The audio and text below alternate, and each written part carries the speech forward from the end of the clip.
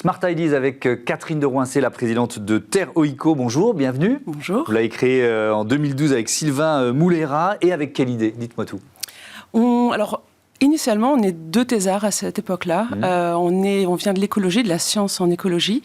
Et on s'est rendu compte qu'il y avait beaucoup de technologies qui existaient dans les laboratoires, mais qui n'étaient pas transférées dans le monde réel et qui ne permettaient pas, du coup, de travailler sur la biodiversité avec toute la puissance de la simulation, par exemple, qui permet de savoir l'impact qu'on va avoir sur la biodiversité et aussi pouvoir donc, décider d'avoir des projets à plus faible impact, voire gain sur la biodiversité. Qu'est-ce que vous avez mis au point alors? Qu'est-ce que vous avez créé? Alors, on a mis au point Simoico, donc, qui est un modèle et qui fait vivre littéralement les individus d'une espèce sauvage. Ça peut être un papillon, ça peut être un écureuil, ça peut être tout type d'animaux sur un territoire. Et à partir de là, on est capable donc de faire évoluer ce territoire et de comprendre comment l'évolution de ce territoire va impacter la vie de ces espèces.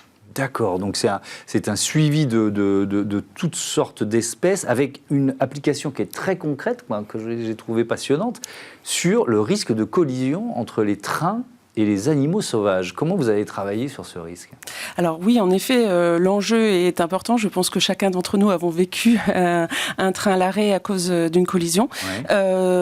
L'enjeu pour un aménageur comme SNCF Réseau, c'est qu'il ne peut pas clôturer l'ensemble de son linéaire. Donc il faut déjà identifier où est-ce que les ongulés, donc les chevreuils, les différentes espèces, passent de manière la plus probable. Et ensuite, déterminer comment on peut faire évoluer l'infrastructure pour éviter cette collision.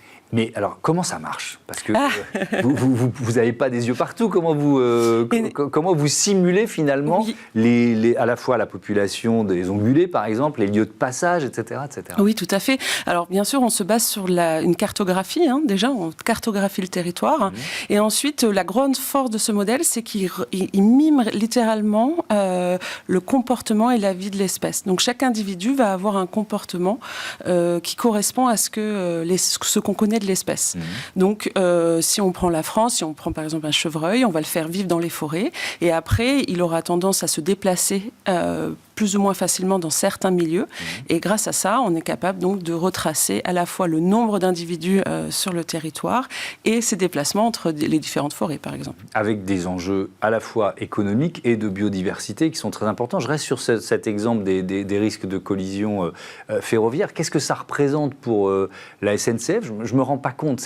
C'est des milliers de collisions chaque année, donc de trains arrêtés, comme vous l'avez dit, de coûts pour la SNCF, de coûts pour les passagers qui ratent des business ou qui ratent des rendez-vous sympas. Enfin, vous voyez ce que je veux dire? Oui, tout à fait. On est en millions d'euros sur une région comme l'Occitanie, parce qu'il y a bien sûr les dégradations sur le train, mais surtout les retards et donc les remboursements des retards. Donc, en effet, c'est un coût économique important.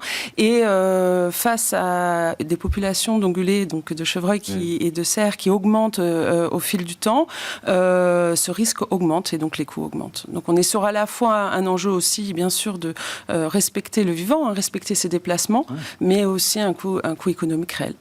La SNCF, c'est votre unique client pour ce modèle-là, évidemment?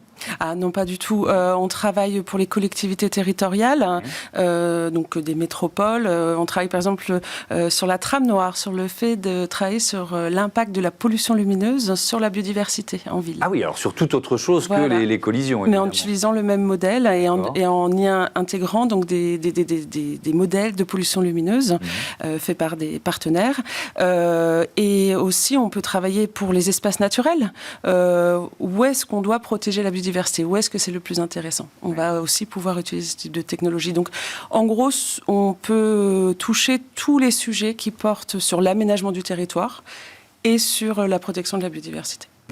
Merci beaucoup, Catherine de Roincé, d'être venue nous présenter Terre Oiko et donc ce logiciel qui s'appelle Simoico. Merci et à bientôt sur Bismart. Bon vent à votre entreprise. Voilà, c'est la fin de ce numéro de Smart Impact. Merci à toutes et à tous de votre fidélité à la chaîne des audacieuses et des audacieux. À très vite. Salut.